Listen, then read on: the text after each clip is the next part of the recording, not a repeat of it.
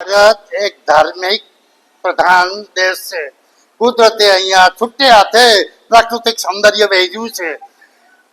સ્થળ પરનું પૃથ્વી પરનું કાશ્મીર કહેવાય એ આ પ્રદેશમાં આવેલું છે અને કાશ્મીરની એ ઘાટીઓમાં ભગવાન શિવ બિરાજે છે અને એને અમરનાથ દર્શન કરતે બર્ફીલા બાબા તરીકે લોકો ઓળખે છે.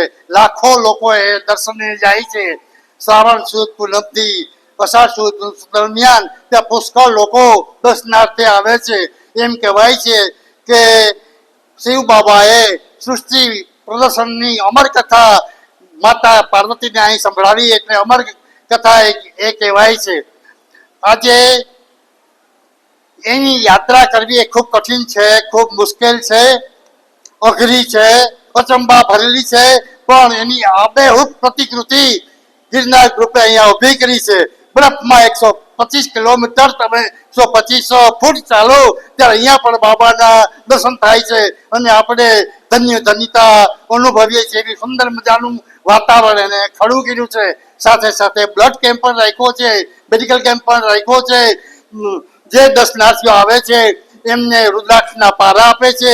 દર્શનાર્થીઓને સુંદર મજાનું ફરાળી પ્રસાદ પણ આપે છે.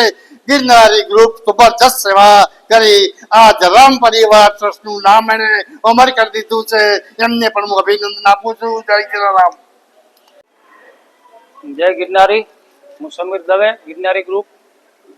જુનાગઢની અંદર ગિરનારી ગ્રુપ વિવિધ પ્રવૃત્તિઓ ઘણા છેલ્લા 4-5 વર્ષથી કરે છે અને આ વર્ષે અમે અમરનાથ દર્શન, મહાકાલના દર્શન અને દેવલોકના દર્શન, આ ત્રિપુટી દર્શનનું અમે જલારામ ભક્તિધામ ખાતે આજ રોજ સોમવાર, શ્રાવણ મહિનાના પહેલા સોમવારના દિવસે અમે કરેલું છે.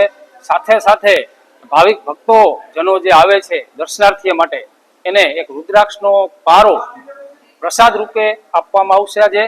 અને સાથે સાથે બ્લડ ડોનેશન કેમ્પ પણ રાખવામાં આવે છે. જે સિવિલ હોસ્પિટલમાં થેલેસેમિયાગ્રસ્ત બાળકો હોય એવા લોકો માટે એને બ્લડની જરૂરિયાત ઘણી બધી હોય છે, એના માટે અમે બ્લડ ડોનેશન પણ કેમ્પ પણ રાખેલો છે. જય ગિરનાર. જય ગિરનાર. દાતાશ્રીઓના સહયોગને હિસાબે આજે અમને બધા ભક્તો માટે ચિપ્સનું પણ આયોજન કરેલું છે. તે લાઈવ ચિપ્સ બધા જેટલા શ્રદ્ધાળુ આવે તેને આપવામાં આવશે. જય ગિરનાર. જય ગિરનાર.